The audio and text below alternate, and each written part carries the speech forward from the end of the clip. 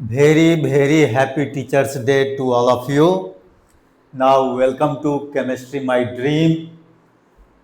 And I am here with haloalkanes and haloarine. The previous chapter was continued.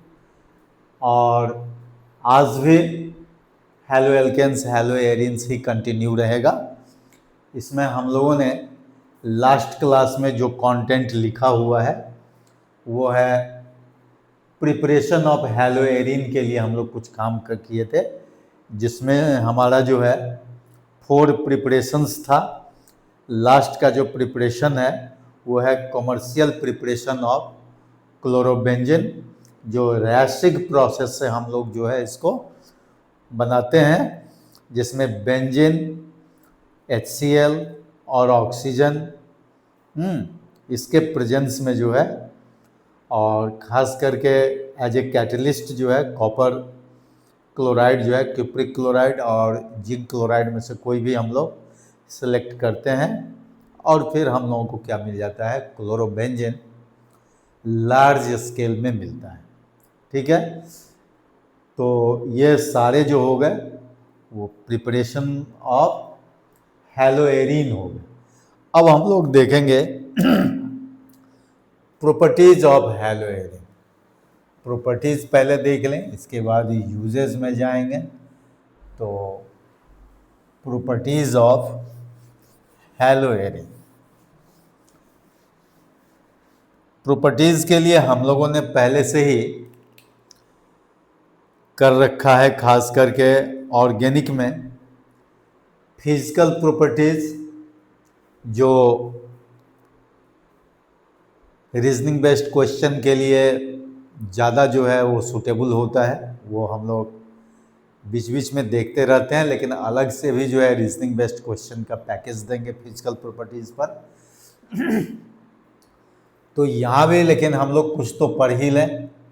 तो पहले हम लोग चलते हैं प्रॉपर्टीज ऑफ हेलोएरिन।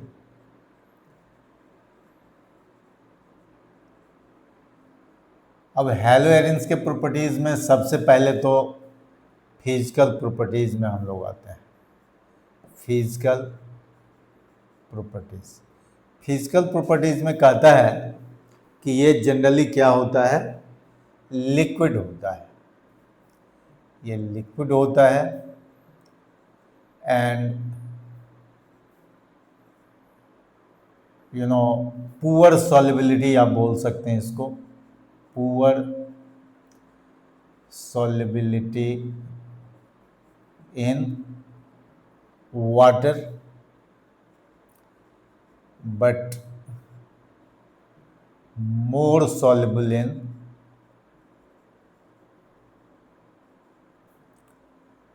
non-polar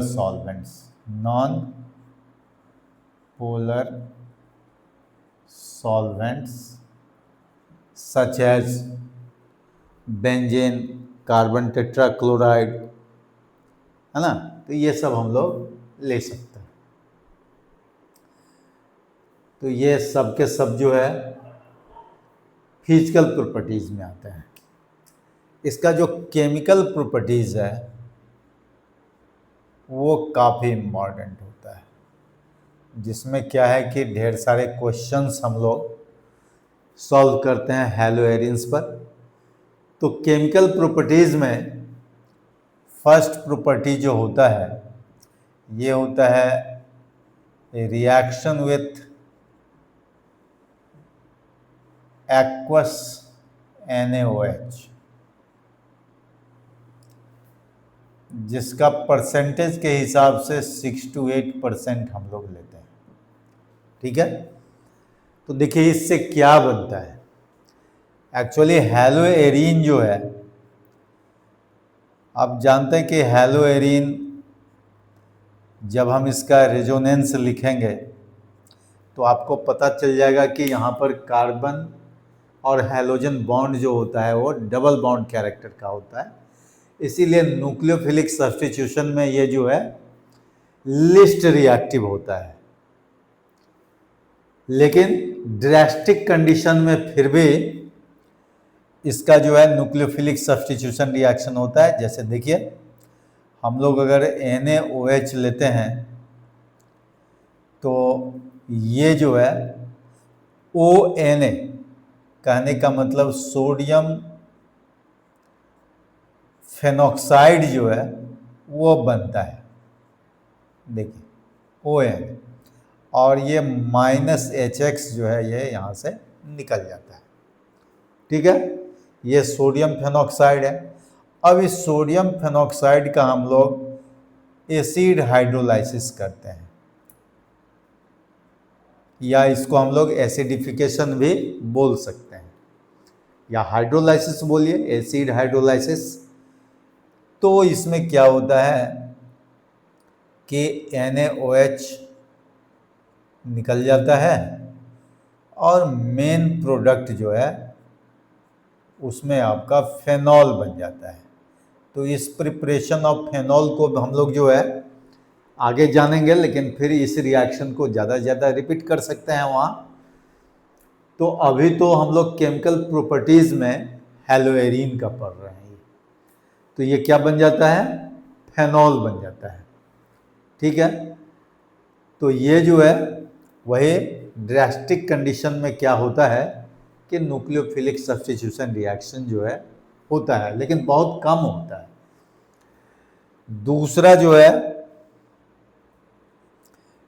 एक चीज और भी है इस रिएक्शन के साथ लगा हुआ, कि इसको किसी साइंटिस्ट ने दिया हुआ है डाउस नाम का, इसीलिए इसको हम लोग डाउस प्रोसेस भी बोलते हैं। क्या बोलते हैं, डाउस प्रोसेस।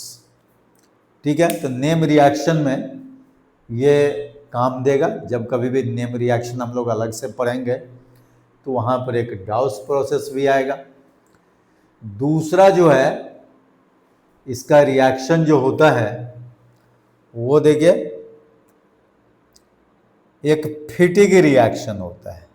क्या होता है, फिटिग रिएक्शन। ये भी नेम रिएक्शन में आता है। जैसे वहाँ पर हेलो एल्केन में ऊर्ज रिएक्शन होता था, यहाँ क्या होगा, फिटिग रिएक्शन होगा। और इस फिटिग रिएक्शन में क्या होता है कि 2 मोल्स हम लोग हेलोएरीन ले लेते हैं, मतलब हेलोबेंजीन लीजिए। ठीक है, और sodium in the presence of dry ether, जो इसका मटेरियल है वो लेते हैं, और ये बन जाता है बाइफिनाइल बन जाता है। ये जो है बाइफिनाइल कहलाता है। ठीक है, ये देखिए, ये जो है आपका बाइफिनाइल हो जाता है। ठीक है, और ये जो बाइफिनाइल है ये थोड़ा सा क्या होता है, एक्सप्लोसिव नेचर का होता है बाइफिनाइल। ठीक है, तो इसको जरा केयरफुली प्रिपेयर किया जाता है। तो दिस इज फिटिग रिएक्शन। तो नेम रिएक्शन में ये हो जाएगा। तीसरा जो इसमें है वो कहता है कि एक ऊर्ज फिटिग रिएक्शन होता है। क्या होता है, ऊर्ज फिटिग। अब ये भी जो है आपका नेम रिएक्शन ही है। इसमें कहता है कि एक ऊर्ज का मटेरियल होगा और एक फिटिग का मटेरियल होगा। कहने का मतलब ऊर्ज का मटेरियल आप जान रहे हैं कि RX होता है, और फिटिग का मटेरियल क्या हो जाएगा, हेलोबेंजीन हो जाएगा। ठीक है, और इसको हम लोग वही sodium in the presence of dry ether जो है लेते हैं, ड्राई ईथर। देखिए, इसमें बाय प्रोडक्ट हमने सोडियम हेलाइड नहीं लिखा है, आप चाहें तो लिख सकते हैं। जैसे देखिए, यहाँ पर 2 ले लेंगे तो यहाँ पर 2NaX हो सकता है। जबकि मैंने कई बार बोला हुआ है कि बाय प्रोडक्ट लिखना ऑर्गेनिक में कोई ज़रूरी नहीं होता है। तो ये क्या बन जाएगा, ये देखिए, ये बेंजीन का रिंग होगा, और उसके ऊपर जो है ये R डेवलप कर जाएगा। इसको हम लोग क्या बोलेंगे? एल्काइल बेंजीन बोलेंगे। This is alkyl benzene. और वही जो बाई प्रोडक्ट आप देख रहे हैं वो बाई प्रोडक्ट यहाँ पर बन जाएगा। ठीक है, तो इस तरह से जो है हम लोगों को क्या मिल गया? 3 नेम रिएक्शन लगातार हो गया। एक डाउस प्रोसेस, दूसरा फिटिक रिएक्शन, और तीसरा जो है उर्ज फिटिक रिएक्शन। इसका चौथा रिएक्शन जो है वो कहता है रिडक्शन से रिलेटेड है। रिडक्शन, अब ये रिडक्शन जैसा कि हमने वहां भी लिखा था कि hydrogen in the presence of निकल, लेकिन यहां पर कहता है कि reduction bye hydrogen in the presence of, देखिए कहता है कि निकेल एल्युमिनियम एलॉय लेते हैं। कहने का मतलब है कि ये थोड़ा सा जो है एलोन निकेल के कंपैरिजन में थोड़ा ज़्यादा रिएक्टिव है। तो यहाँ पर जो हैलोएरीन है, आप जानते हैं कि ये हैलोएरीन में चूंकि हमको जो है ये X को निकालना होगा, ठीक है, प्लस H2 लेंगे, तो इसीलिए थोड़ा सा जो है हम लोग रिड्यूसिंग एजेंट में हल्का सा चेंज करते हैं। तो निकेल एल्युमिनियम का जो है कॉपर ले लेते हैं एलॉय का, और वो फिर क्या बन जाता है? बेंजीन बन जाता है। तो ये बेंजीन बन गया, और इधर जो है HX जो है अपना वो बन जाता है बाई प्रोडक्ट में। तो इस तरह से ये 4 रिएक्शन तो बहुत ही सिंपल दिख रहा है, लेकिन अब जो रिएक्शन हम लिखने जा रहे हैं 5वां रिएक्शन, वो काफी इंपॉर्टेंट रिएक्शन होगा, और वो होगा रिंग सब्स्टिट्यूशन रिएक्शन, जिसको हम लोग इलेक्ट्रोफिलिक सब्स्टिट्यूशन रिएक्शन भी बोलते हैं, जो बेंजीन में देखें। तो इसको हम लोग अभी लिखेंगे। तो हेडलाइन देंगे हम लोग रिंग सब्स्टिट्यूशन रिएक्शन, जो काफी इंपॉर्टेंट होगा। देखिए, तो यहां पर है 5th रिएक्शन जो होगा वो होगा रिंग सब्स्टिट्यूशन रिएक्शन, जिसका एक और नाम क्या है? Electrophilic substitution reaction. ठीक है, अब इसके लिए क्या करना होगा? सबसे पहले हम लोगों को हैलो ग्रुप का जो बेंजीन में लगा हुआ है उसका डायरेक्टिंग टेस्ट करना होगा कि किस नेचर का है, ऑर्थो पैरा डायरेक्टिंग है या फिर मेटा डायरेक्टिंग नेचर का है, जो क्लास 11 में डायरेक्टिव इन्फ्लुएंस ऑफ सब्स्टिट्यूएंट और ग्रुप हम लोग पढ़े थे। तो उसी तरह से क्या करेंगे हम लोग? सबसे पहले ये जो हैलो बेंजीन है इसका हम लोग एक रेजोनेंस स्ट्रक्चर लिखते हैं। ये देखिए, यहाँ पर आपको रेजोनेंस स्ट्रक्चर लिखना होगा, क्योंकि जब तक रेजोनेंस स्ट्रक्चर नहीं लिखेंगे तब तक पता नहीं चलेगा कि इसका डायरेक्टिंग नेचर क्या है। कहने का मतलब कि इनकमिंग ग्रुप को वो बेंजीन के किस पोजीशन पर डायरेक्ट करेगा, ऑर्थो पैरा पर करेगा या मेटा पर करेगा, तो that will be clarified by writing a resonance structure of hello benzene. तो अब जरा देखिए इसमें क्या होता है। ये जो पेयर ऑफ इलेक्ट्रॉन देख रहे हैं, लोन पेयर, वो रिंग में इसका जो है कंजुगेशन हो जाता है। तो यहां से ये क्या हो जाएगा? शिफ्ट करके पाई इलेक्ट्रॉन टूट करके बाहर आ जाएगा, और वो जैसे ही आएगा तो देखिए स्ट्रक्चर किस तरह से जो है चेंज करता है। ये थोड़ा सा ध्यान देने की बात है। यहीं पर देखिए ये तो डबल बॉन्ड हो गया, ये X हो गया, और ये भी इस पर 2 पेयर लोन पेयर इलेक्ट्रॉन है, और ये प्लस साइन हो गया। ठीक है, क्योंकि जहां से इलेक्ट्रॉन शिफ्ट होता है वहां प्लस चार्ज, और जहां जाता है वहां माइनस चार्ज होता है। तो कहने का मतलब इस पॉइंट पर माइनस चार्ज होगा, लेकिन जैसे ही ये पाई इलेक्ट्रॉन फिर यहां आ गया, देखिए यहां पाई इलेक्ट्रॉन आ गया with a pair of electron, तो ये निगेटिव चार्ज हो गया और ये पॉजिटिव चार्ज हो गया। तो ये जो कार्बन है यहां पर जहां X जुड़ा हुआ है, ये पॉजिटिव और निगेटिव क्या हो जाता है, कैंसिल हो जाता है।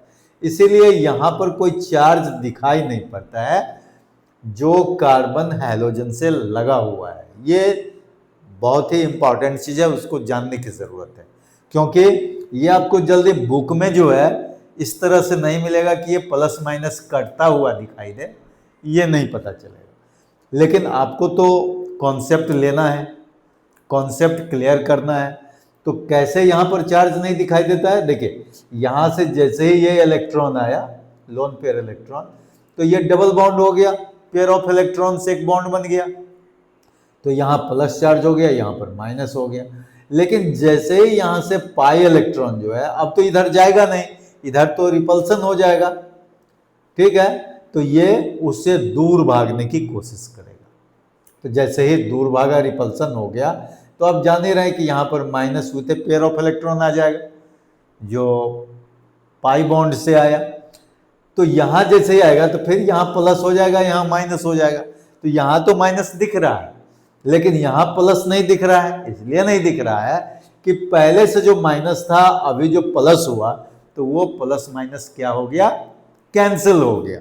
इसीलिए जो है यहां पर चार्ज नहीं दिख रहा है। ठीक है, और बाकी जो ये पार्ट है उसको हम लोग एज इट इज लिख दें। ठीक है, अब देखिए, अब फिर ये जो पेयर ऑफ इलेक्ट्रॉन है ये यहां से इधर आ गया, और ये जो है फिर नेक्स्ट कॉर्नर पर चला जाएगा। तो इस तरह से जो है इस इलेक्ट्रॉन का पूरे रिंग में जो है, देखिए पाई इलेक्ट्रॉन इसी तरह से पाई बॉन्ड का ब्रेकिंग होता है और पाई बॉन्ड का फॉर्मेशन होता है। ये ज्यों का त्यों रहेगा, इस पर आपने कुछ नहीं किया, वही है। अब ये जो है इससे ये देखिए डबल बॉन्ड बन गया, माने इधर यहां सिंगल बॉन्ड टूटा तो यहां डबल बॉन्ड बन गया, फिर ये डबल बॉन्ड यहां टूटा तो टूट करके यहां पर पेयर ऑफ इलेक्ट्रॉन आ गया, और ये जो है वो पहले से था ही। तो ये चीज आपको बार बार लिखने की जरूरत है। अगर इसको आप बार बार नहीं लिखेंगे तो फिर क्या होगा कि ये माइंड से निकलने में टाइम नहीं लगेगा। इसीलिए क्या करना है कि इसको शुरू में 2 बार 4 बार लिखते रहना है, तो अपने आप जो है वो प्रैक्टिस में आ जाएंगे, फिर आपको कहीं कोई दिक्कत नहीं होगी। अब देखिए ये ऐसे ही है, यहाँ पर ये डबल बॉन्ड हो गया और ये टूट करके यहाँ फिर जो है pair of electron with negative charge आ जाएगा, जो पाई इलेक्ट्रॉन पाई बॉन्ड टूट रहा है, और फिर फाइनली ये देखिए ये यहाँ आ जाएगा, और यहाँ से जो इलेक्ट्रॉन अभी आया था वो फिर से चला जाएगा।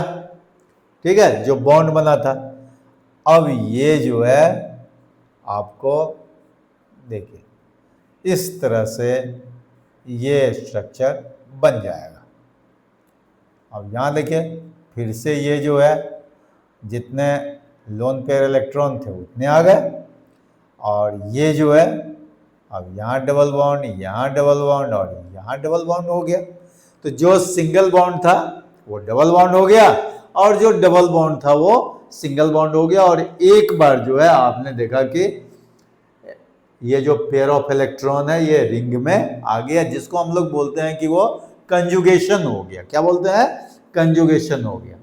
तो इस तरह से आपने देखा कि कार्बन और हैलोजन ये जो है डबल बॉन्ड कैरेक्टर उसमें दिख रहा है ड्यू टू रेजोनेंस। इसीलिए इसकी जो रिएक्टिविटी है न्यूक्लियोफिलिक सब्स्टिट्यूशन की तरफ वो कम हो जाती है।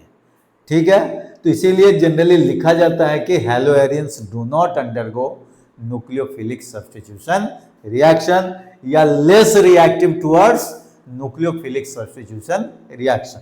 तो ये क्वेश्चन भी पूछता है जब उसको हैलो एल्केन से कंपेयर किया जाता है। ठीक है, और वो रीजनिंग बेस्ड क्वेश्चन भी होता है कि why haloalkanes are more reactive than haloarenes towards nucleophilic substitution reaction. तो चलिए ये समझ में आ गया। इसके बाद कहता है कि इस पांचों का एक इक्विवेलेंट स्ट्रक्चर जो है एक रेजोनेंस हाइब्रिड होता है। जिस रेजोनेंस हाइब्रिड को आप जो है देखिए इस तरह से जो है हम लोग क्या करते हैं दिखा देते हैं, और ये X होता है। ठीक है, तो ये होता है, ये देखिए ये रेजोनेंस हाइब्रिड है। अगर इसको आप डॉटेड लाइन से दिखाए तो यहाँ भी ये डॉटेड लाइन से दिखाया जाता है।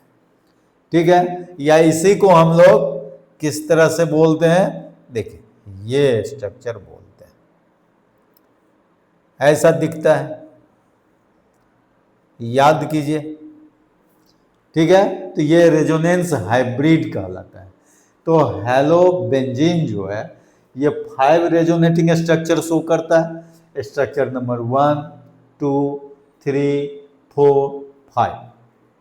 ठीक है, और 6th स्ट्रक्चर जो है वो क्या होता है, रेजोनेंस हाइब्रिड होता है, जो किसी भी रेजोनेटिंग स्ट्रक्चर से ज्यादा स्टेबल होता है because it is associated with less amount of energy, जो आप पहले से भी केमिकल बॉन्डिंग से जानते हैं। अब कहता है क्या कि डायरेक्टिंग नेचर जो हम लोग टेस्ट कर रहे थे हैलोजन ग्रुप का जो बेंजीन में है, ये किस डायरेक्टिंग नेचर का है, ऑर्थो पैरा डायरेक्टिंग का है या मेटा डायरेक्टिंग का है। तो इसमें हमको देखना पड़ेगा कि ऑर्थो पैरा पर क्या चीज है। तो यहां देखते हैं कि ऑर्थो और पैरा, फिर यहां ऑर्थो, कहने का मतलब ऑर्थो और पैरा सेंटर्स जो है वो इलेक्ट्रॉन रिच सेंटर्स है। कहने का मतलब वहां पर इलेक्ट्रॉन की डेंसिटी ज्यादा है। तो वहां क्या होगा, ये जो इलेक्ट्रोफाइल्स है जो हमने लिखा है इलेक्ट्रोफिलिक सब्स्टिट्यूशन रिएक्शन, तो इनकमिंग इलेक्ट्रोफाइल जो होगा वो किस पोजीशन पर डायरेक्टेड होगा, हैलोजन के द्वारा ऑर्थो पर होगा और पैरा पर होगा। इसीलिए हम लोग बोलेंगे कि halogen group of benzene ring is an ortho para directing group. Okay, तो इसीलिए जब भी हम लोग इसका डायरेक्टिंग नेचर चेक करेंगे हेलाइड ग्रुप का बेंजीन में, तो हमको हैलो बेंजीन का क्या करना पड़ेगा, रेजोनेंस स्ट्रक्चर पहले लिखना होगा। तो this is resonance structure of halobenzene and we get ortho and para positions are electron rich centre for the attack of electrophile. क्योंकि इलेक्ट्रोफाइल पॉजिटिवली चार्ज होता है तो वो जब भी आएगा तो किस सेंटर पर आएगा, निगेटिव सेंटर पर आएगा। और निगेटिव सेंटर जो है यहाँ पर ऑर्थो और पैरा है जो आप देख रहे हैं। ठीक है, तो यहां पर लिखेंगे it is clear that hello group जिसको आप ये लिखते हैं is an ortho para directing group, is an ortho para directing group. ठीक है, तो ये जो है ऑर्थो पैरा डायरेक्टिंग ग्रुप। ठीक है, तो इससे हमको ये पता चला कि अब जो इनकमिंग इलेक्ट्रोफाइल आएगा वो कहाँ कहाँ आएगा, ऑर्थो और पैरा पोजीशन पर आएगा। तो चलिए इसमें जो है सबसे पहले हम लोग देख लेते हैं। इसमें पहला जो होता है वो होता है हैलोजिनेशन। क्या होता है, हैलोजिनेशन। अब हैलोजिनेशन जो है देखिए हैलोजिनेशन। हैलोजिनेशन का क्या मटेरियल होता है? तो इसमें हम लोग क्या करते हैं, पहले तो आप हैलोबेंजीन ले लीजिए। अब इसमें क्लोरोबेंजीन, ब्रोमोबेंजीन, आइडोबेंजीन, इसमें से कुछ भी ले सकते हैं आप, ठीक है। तो हमने यहाँ पर हैलोबेंजीन ही ले लिया, ठीक है। प्लस कहता है हैलोजिनेशन। अब हैलोजिनेशन में क्लोरीनेशन, ब्रोमिनेशन कुछ भी आप ले सकते हैं, ठीक है।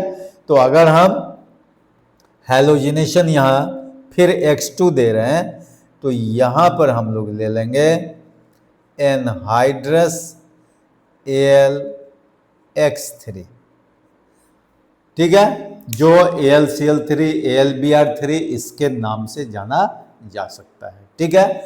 अब जरा इसको हम लोग थोड़ा सा मिटाते हैं, ठीक है। ये तो डायरेक्टिंग हम लोगों ने चेक कर लिया,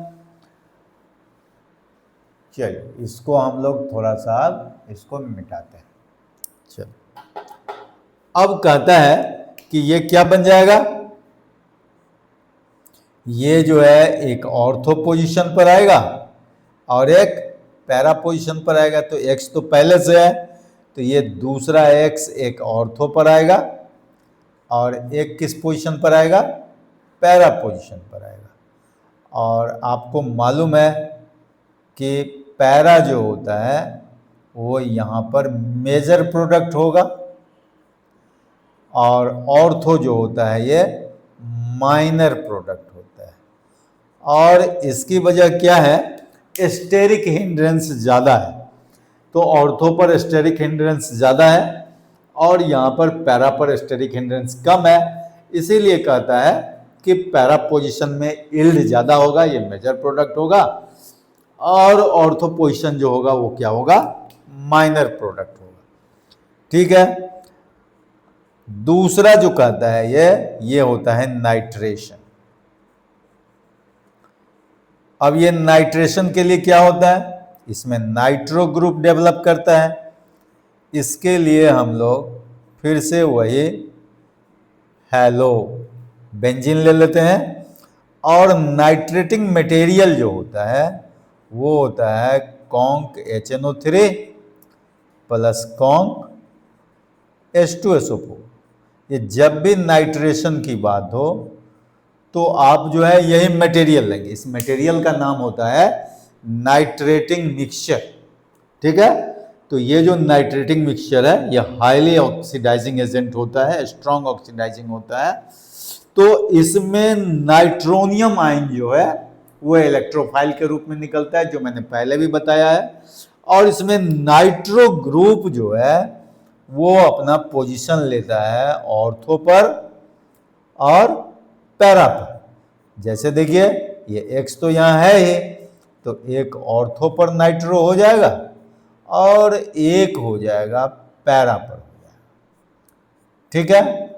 तो ये समझने में तो आपको कहीं कोई प्रॉब्लम की कोई बात ही नहीं है। देखिए तो एक ऑर्थो नाइट्रो हैलोबेंजीन हो गया, एक पैरा नाइट्रो हैलोबेंजीन हो गया, ठीक है। तो ये हो गया आपका नाइट्रेशन। इसके बाद जो है वो हम लोग आते हैं किसमें, सल्फोनेशन। तो थर्ड जो इसका प्रॉपर्टी है वो होता है किसका, सल्फोनेशन का होता है। और देखिए सल्फोनेशन में क्या है,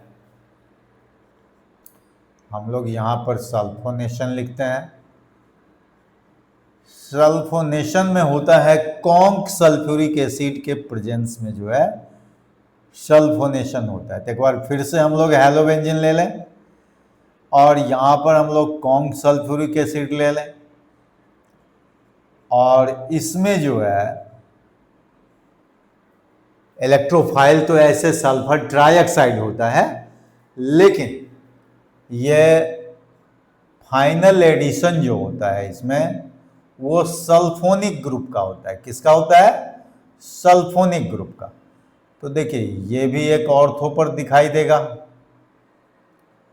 और एक दिखाई देगा पैरा पोजीशन पर, ठीक है।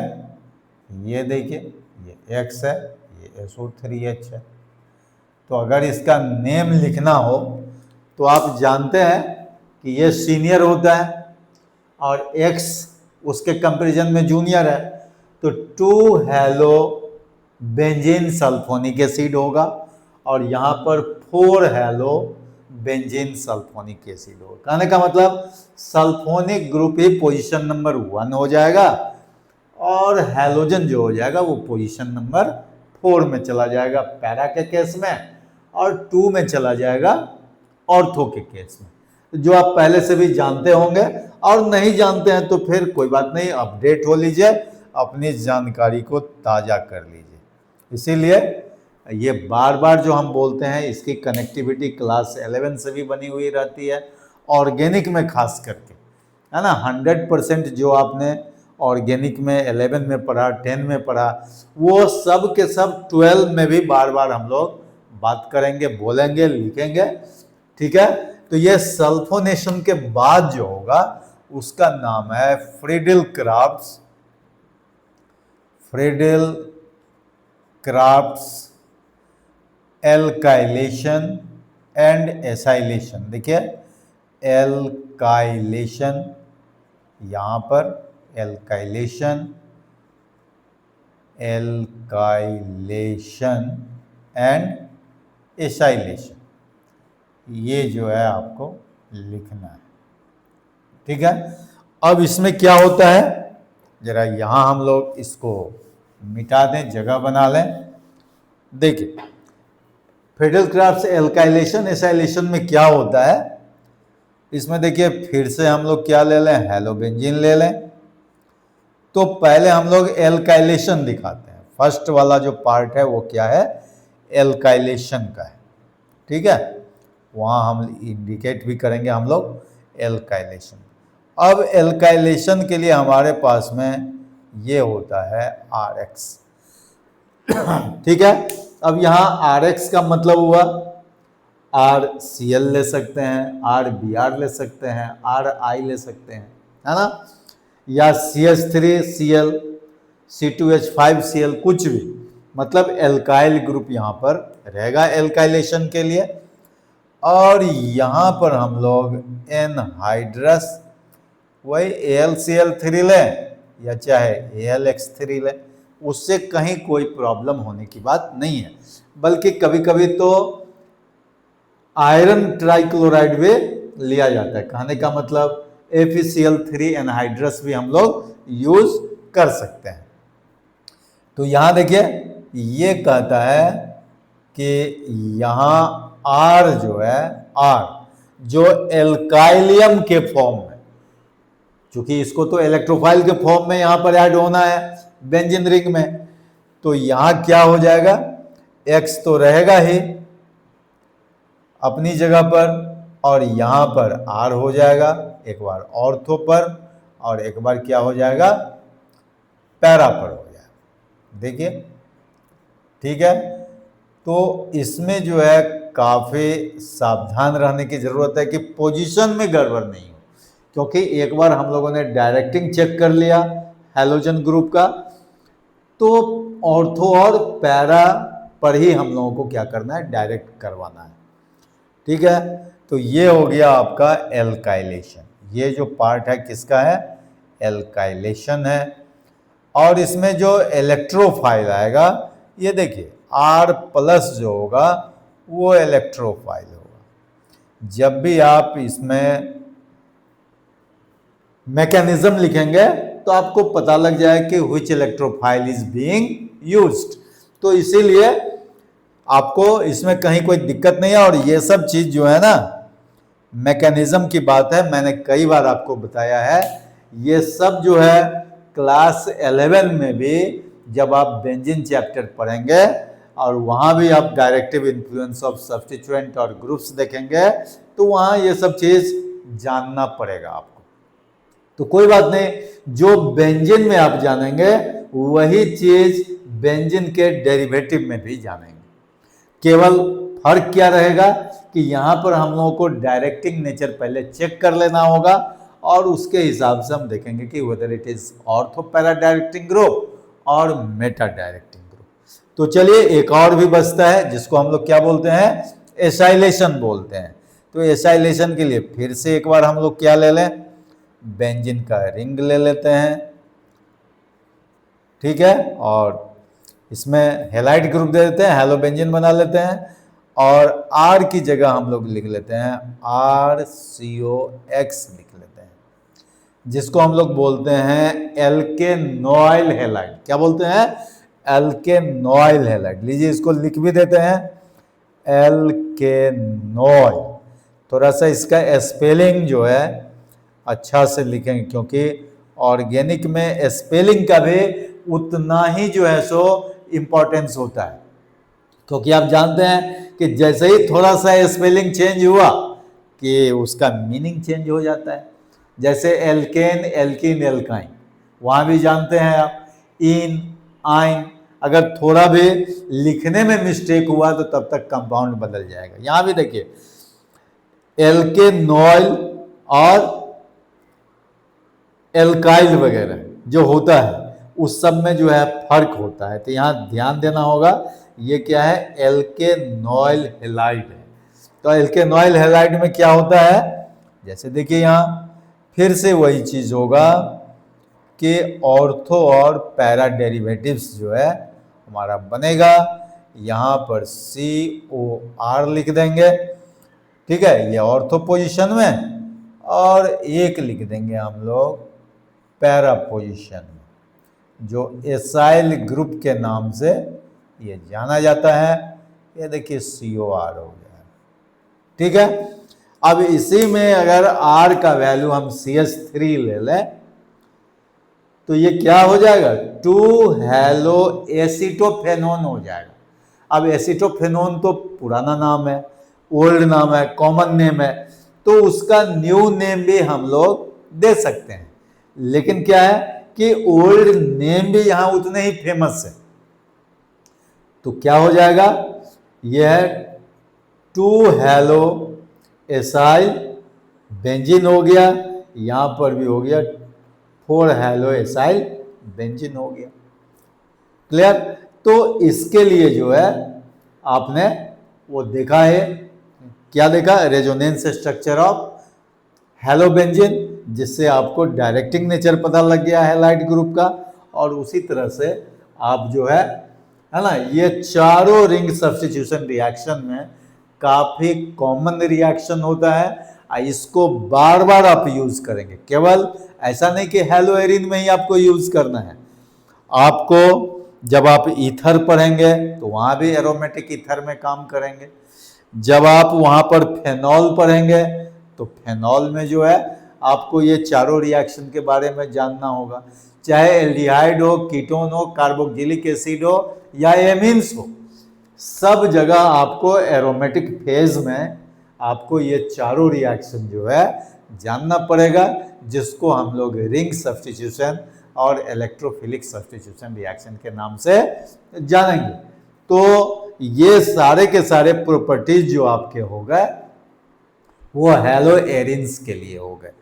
तो ये सब काफी इंपॉर्टेंट प्रॉपर्टीज है, और प्रॉपर्टीज की कमी नहीं है, लेकिन हम लोगों को क्या करना है कि सिलेबस को भी ध्यान में रखना है कि 12 प्लस में हम लोग बात उतना न करें। अभी पहले अंडर द सिलेबस ले लें, पहले एक जो है बेस तैयार कर ले 11-12 का, और उसके बाद फिर कंपटीशन लेवल का जितने भी क्वेश्चन आपको करना है सब उसी बेसिक जो है आपका मटेरियल उसी पर डिपेंड करेगा। ढेर सारे एप्लीकेशंस बेस्ड क्वेश्चन होंगे। दिक्कत क्या होता है कि बेसिक जो है वो ज़्यादा अपडेट रहता नहीं, और बड़े बड़े क्वेश्चन की ओर बच्चे ध्यान दे देते हैं। वहाँ क्या होता है कि बड़ा बड़ा क्वेश्चन बनता नहीं है उनसे, इसीलिए वो घबरा जाते हैं। उनके मन में वो फ्रस्ट्रेशन आता है कि भाई लगता है शायद हम कैपेबल नहीं है क्या कोई खास कॉम्पिटिटिव एग्जाम के लिए। तो ऐसा सोचना ही नहीं है, एक ही लाइन में समझ लीजिए कि देखिए यहाँ क्या लिखा हुआ है। केमिस्ट्री माय ड्रीम लिखने की वजह वही है कि आपका जो ड्रीम है वो हर हाल में पूरा होगा। लेकिन याद रहे कि जो भी इंस्ट्रक्शन और एडवाइस आपको यहाँ से मिलता है टीचर्स के द्वारा, उसको आप भली भांति जो है ओबे कीजिए। और फिर सबसे बड़ी बात है कि रिटन प्रैक्टिस आप जितना करेंगे उतना ही ज़्यादा कॉन्फिडेंट होंगे और फिर बड़े बड़े क्वेश्चन आप कर पाएंगे। और देखेंगे बहुत जल्दी ही मैं कंपटीशन का पैकेज जो है देने वाला हूं और उस पर काफ़ी कुछ डिस्कस करने वाला हूं। ओके, तो आज एक बार फिर से आपको टीचर्स डे में ढेरों शुभकामना आप लोगों का। ठीक है, okay, thank you, be healthier. Okay.